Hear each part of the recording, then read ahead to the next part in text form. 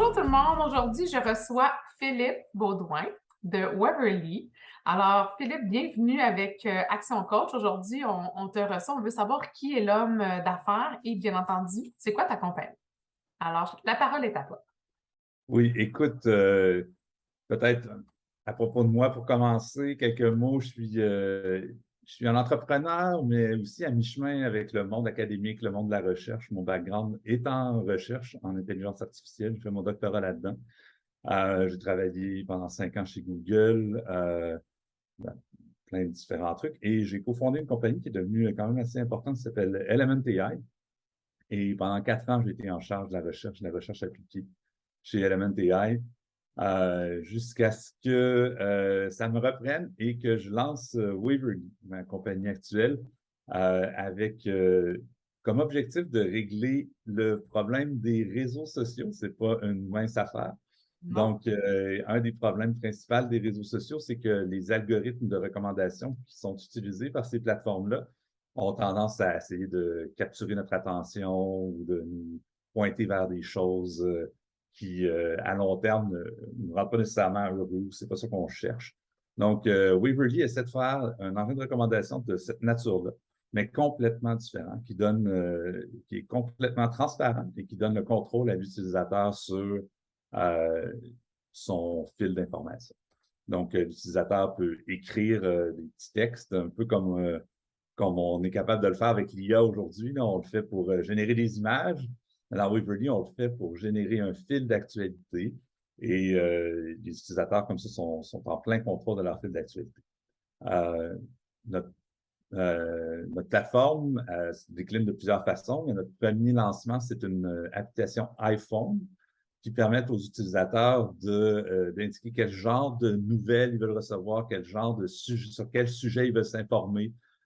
Donc, nos clients s'en servent pour traquer leurs compétiteurs, les marchés qui les intéressent, les sujets qui les intéressent. On a des utilisateurs qui veulent continuer à apprendre, se tenir à jour sur certains sujets. Waverly, c'est parfait pour ça.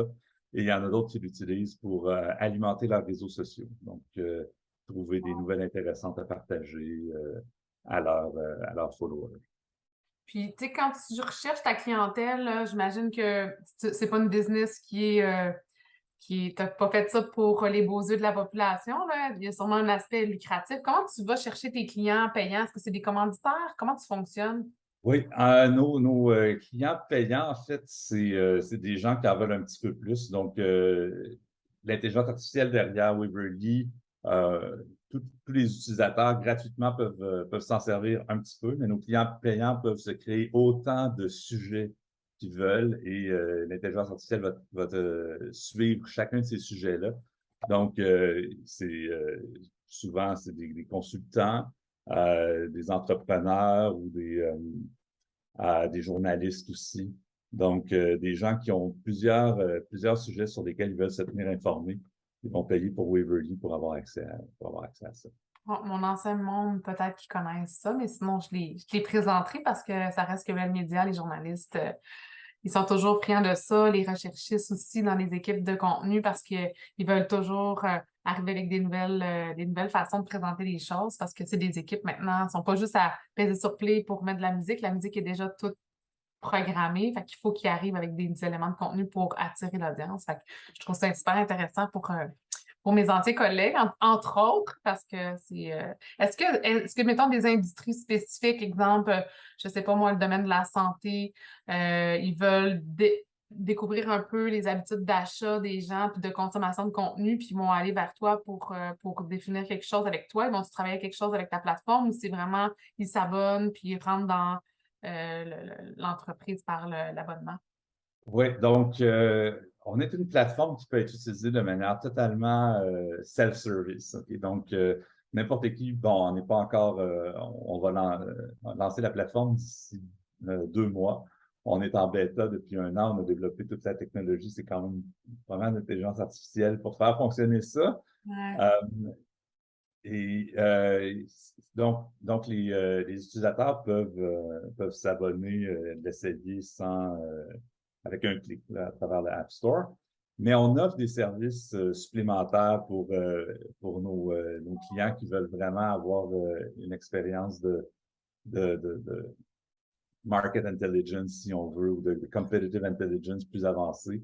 On travaille avec certains partenaires qui sont en mesure de faire de l'accompagnement là-dessus, donc de servir en partie de Weverly, en partie d'autres outils pour amener une veille stratégique qui Ouais. soit plus riche. Okay? Donc là, on est un peu agnostique au niveau des industries pour la plateforme. La plateforme indexe le web au complet. Là. En fait, toutes les nouvelles qui sortent sur le web à la Google, on indexe moins de choses que Google, mais on indexe quand même des dizaines de milliers d'articles à chaque jour qu'on peut servir à nos clients. Mais ça va au-delà de ça. Donc, quand on travaille avec notre service plus personnalisé, on peut avoir accès à des articles scientifiques, des choses comme ça.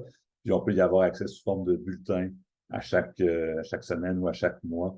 On peut recevoir un bulletin qui va chercher juste les principales nouvelles autour des sujets qui nous intéressent.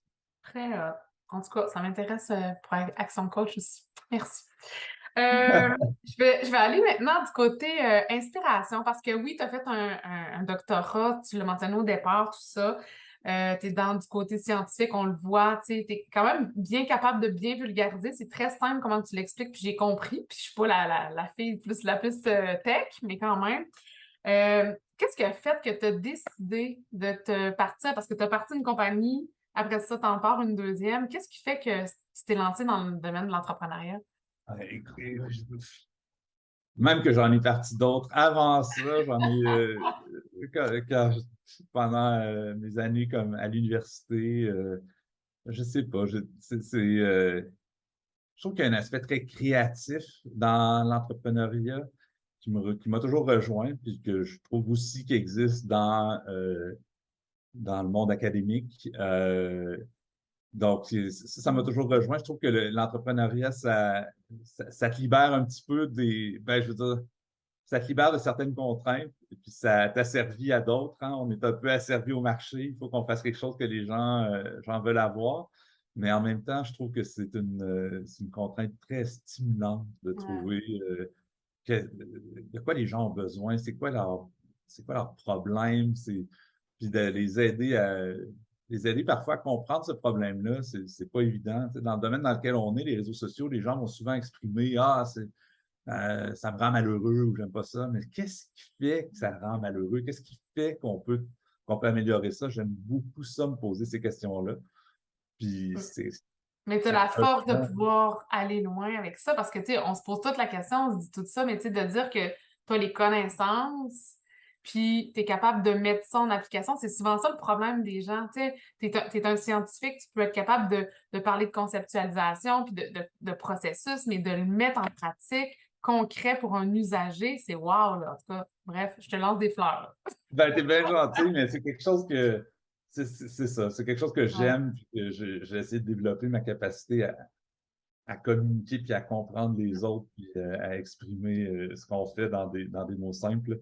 Ouais. Je suis conscient qu'il y a plusieurs scientifiques qui sont perçus comme étant enfermés dans leur tour d'ivoire, qui sont juste capables de se parler entre eux. Mm. Euh, ma, mon expérience du monde académique, c'est qu'il y a beaucoup de scientifiques qui sortent de ce cadre-là. En tout cas, Ouais. la plupart de mes amis dans cet univers-là sont assez bons Pour pour vulgariser. parler, tu sais, pour vulgariser, parler de ce qu'ils font. Puis moi, j'ai juste développé ça encore un petit peu On va plus. défaire les stéréotypes, c'est parfait. C'est ça, exactement. Quand on parle de business, tu sais, il arrive plein d'enjeux. Tu sais, il y a eu la fameuse COVID. Là, on est maintenant dans la hyperinflation. Tu sais, tout ce qui est l'économie, tout ça, toi, est-ce que ça t'a permis, puis tu sais, je veux pas attacher ça nécessairement juste à la COVID, parce que là, on vit d'autres choses. Est-ce que ça te permet des fois de te réinventer, de réfléchir un peu tes stratégies de ce que tu fais, puis force est d'admettre que hey, ça marche, je vais continuer. Y a-t-il un exemple que tu pourrais nous témoigner dernièrement, dans les dernières années, là, de ce qu'on vit de façon en société, puis que tu pourrais dire, ben moi, ça a été un tremplin pour moi, puis aujourd'hui, je continue comme ça. Ben, je te dirais que c'est cliché, mais la COVID pour Waverly, ça a été une super opportunité parce que ça nous a permis de changer le rythme au moment où on avait besoin de le faire. Pour Waverly, on avait besoin de développer de la technologie, on avait besoin d'être, comme on dit en anglais, d'être heads down, là, de Mm. s'attaquer au problème, de se pencher sur le problème sans se laisser avoir par un paquet de distractions, de cocktails, de lancement, de patentes, de machins que tu es obligé de faire quand tu fais de l'entrepreneurship, puis que j'ai fait beaucoup. Mais là, c'était parfaitement synchronisé avec le moment où on devait être heads down puis développer la tech. Donc, on a transformé ça en opportunité pour nous. C'est carrément ça qui s'est passé. Puis c'est génial parce que là, ça commence à rouvrir et puis on est justement prêt à À lever le voile lancer. sur ce qu'on a fait. Fait que, ouais, c'est vraiment le fun. C'est merveilleux. En tout cas, je vais essayer de timer le lancement de la vidéo avec tes dates peut-être de lancement. On pourra se mettre plus proche de ta date pour te donner un petit boost aussi de notre côté. Dis-moi aussi, par rapport à tout ce qui est l'entrepreneuriat, souvent, on a des inspirations. On réussit à s'inspirer parce que oui, tu sais, il y a tes connaissances, il y a ton bagage, tout ça, technique, mais tu sais, qu'est-ce qui fait que tu dis pas, ah, je m'en retourne à Google, puis je jette ça, puis tu sais, qu'est-ce qui fait que tu restes inspiré dans ton quotidien, là? Ouais. Écoute, moi, c'est de travailler sur un problème pour lequel je sens qu'il y a un impact social potentiellement immense, d'une part. Puis d'autre part, je sens que c'est pas les gros joueurs qui vont régler ce problème-là. Mm. Donc, c'est vraiment d'être en position privilégiée, une position unique de s'attaquer à quelque chose qui peut avoir un immense impact sur la société, un immense impact positif, puis qui ne sera pas fait s'il n'y a pas quelqu'un, si je le fais pas, s'il n'y a pas quelqu'un comme moi qui décide de le faire à peu près à ce stade-là. Donc, c'est super inspirant de se lever le matin et de se dire, OK, on Vraiment. est dans une position de changer des choses de manière positive. Euh, Puis c'est quelque chose qui, moi, me tient énormément à cœur. Hein. Ça, ça touche à la liberté individuelle, ça touche à la démocratie, ça touche à plein de thèmes qui, pour moi, sont fondamentaux, puis qui, tu sais, auxquels on doit s'attaquer si on veut régler nos plus gros problèmes de société. Donc, d'avoir l'opportunité de faire ça, de le combiner avec une business, c'est-à-dire quelque chose qui va faire de l'argent, puis qui va réussir à aller chercher des clients, c'est un méga défi, mais c'est super inspirant. Vraiment. Tu m'inspires aussi. Dis-moi, si demain matin, tu avais un conseil à donner à un entrepreneur qui vit justement une croissance, tu as vécu ça, tu as vendu, tu as eu des hauts et des bas, mais tu sais, qui vit un chaos semi-contrôlé. J'appelle ça parce que j'ai un client qui dit ça comme ça, puis je trouve ça drôle, tu sais. C'est un chaos, Catherine, mais il est semi-contrôlé, là. Fait que je suis OK, d'accord. Toi, ça serait quoi ton conseil que tu donnerais à un entrepreneur? Parce que, tu sais, même peu importe le domaine dans lequel on est, on passe tous par un peu les mêmes stades. Tu sais, il y a des fois qu'on est capable de voir venir le train, des fois non. Fait que toi, ça serait quoi ton conseil ultime que tu pourrais donner à un entrepreneur qui est en croissance? Oui, écoute, c'est une belle question. Je l'ai vu dans ta liste, je me suis dit, c'est dur parce que il y a tellement de choses. Ouais. Et puis moi-même, j'apprends comme j'en apprends tout le temps parce que je vis ce chaos Dedans. semi-contrôlé-là. Je trouve que c'est une belle expression. Mais disons, un conseil, ce serait de penser à soi comme entrepreneur. Tu sais, c'est tellement facile de se laisser embarquer par dans l'entreprise, par les défis de l'entreprise, puis d'oublier qu'on est un humain derrière ça. C'est un peu mon dada de toujours se rappeler que c'est une histoire d'humain ce qu'on fait. Tu sais. On a beau en parler avec des termes d'entrepreneuriat, on a beau en parler avec des termes d'économie. Euh, En bout de ligne, on parle d'humains. Tu sais. Nos Ouais. employés, c'est des humains, nos clients, c'est des humains, on est un humain, puis on vient avec un paquet de problèmes, puis ça vaut la peine là, de se redire ça, puis d'y repenser régulièrement, puis de se sortir un petit peu le nez de la technique, de la pratique, de la poutine liée à la construction puis à l'opération d'une Mm. entreprise. Ouais, j'adore ça. Tu sais, moi, je suis une fille qui aime le plaisir, puis souvent, je dis, la business, c'est une game, tu sais, c'est un jeu, puis il faut s'amuser, tu sais, faut prendre ça un peu des fois à la légère, puis comme tu dis, tu sais, si on fait juste le remettre, tu sais, simple, là, c'est juste ça, tu sais, on brasse des affaires, on crée des trucs, on vend des trucs, après ça, on se fait racheter, on fait de l'argent. Tu sais, c'est jouer, tu sais, des fois, je pense à ça, mes enfants, on joue au Monopoly, ils jouent à faire de la business puis à vendre des maisons, tu sais, ils sont en affaires, là. Fait que, tu sais, c'est de simplifier ça, tu sais, j'aime ça ton truc de dire, on est des humains, tu sais, faut pas oublier, tu sais, puis souvent, on met tellement de pression, on se met tellement hey, il faut qu'on fasse ça pour la performance que l'essentiel, tu sais, tu fais ça pour des gens, tu sais, fait que, non, je me retrouve dans ce que tu dis puis ça va toucher mes valeurs. Dans un dicton, tu sais, on a souvent des fois des fameuses phrases qui viennent nous toucher. Moi, ce qui a fait que j'ai fait le saut dans Action Coach, c'est une phrase que j'ai lue. Et tu sais, elle a comme pris un sens à un moment donné. Je l'avais vue, je la voyais, puis elle était encore là. Puis, tu sais, le plus grand risque, je sais pas si tu vas l'avoir, le plus grand risque que tu peux faire, c'est de rien faire. Puis tu sais, quand j'ai reçu ça, je fais comme, ben, tu sais, ça a été un game changer pour moi parce que si je fais rien, ben il va rien se passer, tu sais. Toi, ça Ouais. serait quoi ton fameux dicton, par exemple? Ouais, moi, j'en ai un avec lequel je casse les oreilles de tout le monde. Et ça te parle de mon background un petit peu, mais je trouve que c'est vraiment important comme entrepreneur de se le rappeler. Quelque chose qui s'appelle la loi de Goodhart. Goodhart, c'est un économiste. Et Ouais. puis, ce qu'il a dit en français, c'est dès qu'une métrique devient un objectif, elle cesse d'être une bonne métrique. Ah. Ce que j'aime de cette phrase-là, là, c'est que ça vient contrebalancer un petit peu l'autre pensée de l'entrepreneur qui est il faut tout mesurer. Si on ne mesure pas quelque chose, on n'est pas capable de gérer. Il y a du vrai là-dedans, mais il ne faut jamais oublier que dès qu'on prend une de ces mesures-là, puis qu'on tombe en amour avec, puis qu'on la met sur le mur, puis on dit ça devient la mesure de notre entreprise, ça cesse d'être une bonne mesure parce que les gens vont optimiser pour ça, mais on va optimiser d'une façon qui n'est pas idéale. Ouais. Donc, On il y a verra plus le des reste. exemples.